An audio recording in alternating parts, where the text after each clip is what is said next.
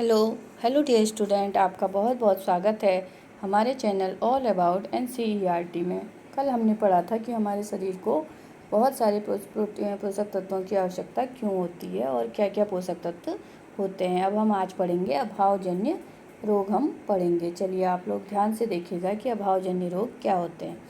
एक व्यक्ति खाने के लिए पर्याप्त भोजन पा रहा है, लेकिन कभी कभी उसके भोजन में किसी विशेष पोषक की कमी हो जाती है। तो यह कमी लंबी अवधि तक रहती है, तो उस व्यक्ति को उसके अभाव से बहुत कमी हो सकती है, या एक से अधिक पोषक तत्वों का अभाव हमारे शरीर में रोग तथा विकृतियाँ उत्पन्न कर सकता है। वे रोग जो लंबी अवधि तक पोषक तत्वों के अभाव के कारण होते हैं, उन्हें अभावजन्य रोग कहा जाता है। अब देखिए डियर स्टूडेंट, आप समझिए कि जैसे हम कोई खाना ले रहे हैं, उसमें हमें पूरी तरह पोषक तत्व नहीं मिल रहा है,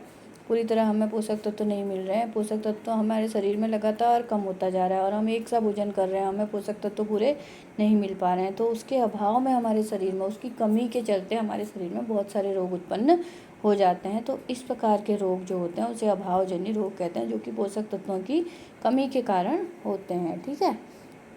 यदि कोई व्यक्ति अपने भोजन में पर्याप्त प्रोटीन नहीं ले रहा, जैसे कि कोई व्यक्ति अगर पर्याप्त प्रोटीन नहीं ले पा रहा है, तो उसे कुछ अलग रोग हो सकते हैं, जैसे कि उसकी वृद्धि रुक सकती है, चेहरे पर सूजन आ सकती है, बालों का रंग उड़ सकता है, त्वचा की बीमारियां आदि भी हो सकती हैं। यदि प्रोटीन तथा कार्बोहाइड्रेट दोनों ही किसी व्यक्ति के आहार से एक लंबे समय तक अनुपस्थित रहते हैं, यदि किसी व्यक्ति को प्रोटीन और में कार्बोहाइड्रेट दोनों चीज़ें नहीं मिल रही हैं, वो खाली वैसा ही खाना खा रहा है जिसमें कि प्रोटीन भी नहीं है, कार्बोहाइड्रेट भी नहीं है, तो ऐसा व्यक्ति भी बहुत तरह कमज़ोर हो जाएगा और दुबला पतला और एकदम दुर्बल हो जाएगा। इसलिए विभिन्न खनिज लवणों के अभाव में विभिन्न रोग और विकृतियां हमारे शरीर में हो सकती हैं। ठीक है।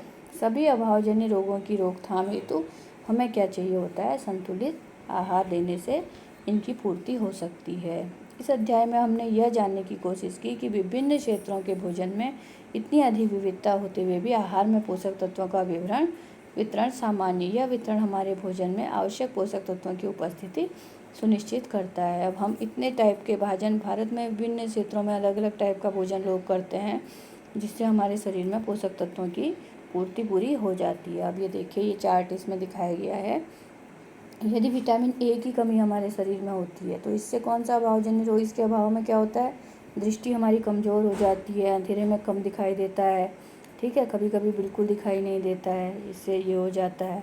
विटामिन बी की कमी से, B1 की कमी से क्या होता है? बेरी रोग हो जाता है, और इससे दुर्बल हमारी पेशियां कमज़ोर हो जाती हैं और ऊर्जा में काम करने की क्षमता में कमी आ जाती है। फिर विटामिन सी आपको दिखाया गया है। विटामिन सी की कमी से क्या होता है? स्कर्वी रोग हो जाता है, जिससे मसूड़ों से खून निकलता है, घाव भरने में अधिक समय लगता है। विटामिन डी की कमी से क्या होता है? रिकेट्स रोग होता है, अस्थियों का मुलायम होकर मुड़ जाती हैं, अस्थियाँ जो है कमज़ोर हो जाती हैं और टेढ़ी हो जाती हैं विटामिन डी की कमी से। और कैल्शियम की कमी से भी हड्डियों का नुकसान होता है, हमारी हड्डियाँ कमज़ोर हो जाती हैं और दांतों का भी नुकसान होता है। ठीक है। आयोडीन की कमी से क्या होता है? घेंगा जो गले में होता है, गर्दन की ग्रंथि फूल जाती है, बच्चों में मानसिक विकलांगता भी इसके चलते आ सकती है। और लोहे की कमी से क्या होता है? लोहा आयरन की कमी से हमारे अरक्तता हो जाती है, मतलब खून की कमी शरीर में हो जाती है। ठीक है। तो ये चीज़ें इस चार्ट से आपको समझना है कि क्या क्या हमें, हमारे शरीर को कौन कौन से विटामिन और खनिजों की आवश्यकता है, इसमें दिखाया गया है। ठीक है। और संतुलित आहार और ये सब चीज़ें है। ठीक है।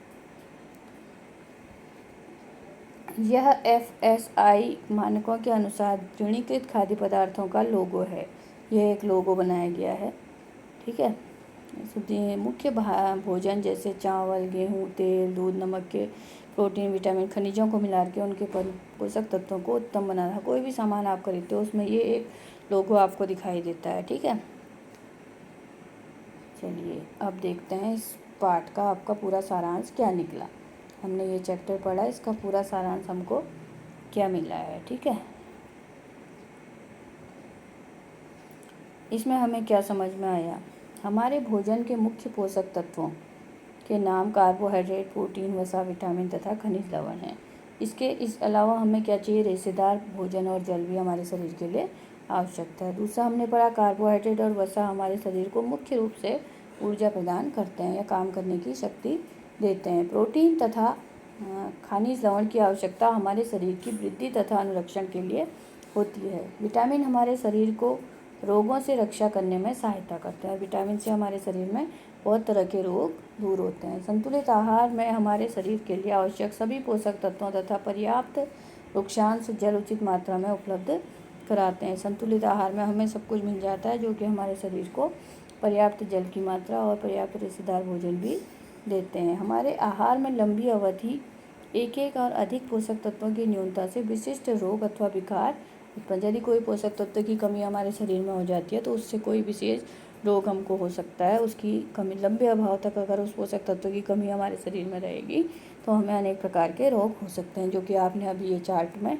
देखा था। ठीक है डियर स्टूडेंट, तो ये लेसन आपको समझ में आ गया होगा कि हमारे भोजन में कौन कौन से घटक होते हैं और क्या क्या पोषक तत्व हमें चाहिए, कैसा संतुलित आहार हमें लेना चाहिए और इनके अभाव में हमारे शरीर में क्या क्या रोग हो सकते हैं। ये सब हमने इस लेसन में पढ़ा। अब हम कल आपको इसके प्रश्नोत्तर कराएंगे। ठीक है, तो बने रहिए हमारे साथ और हम आपके लिए और भी इसी तरह के वीडियो लेके आएंगे। अगर आपका सपोर्ट हमें मिलता रहेगा तो आपको हमें इसी तरह से आगे भी पढ़ाते रहेंगे। Thanks for watching.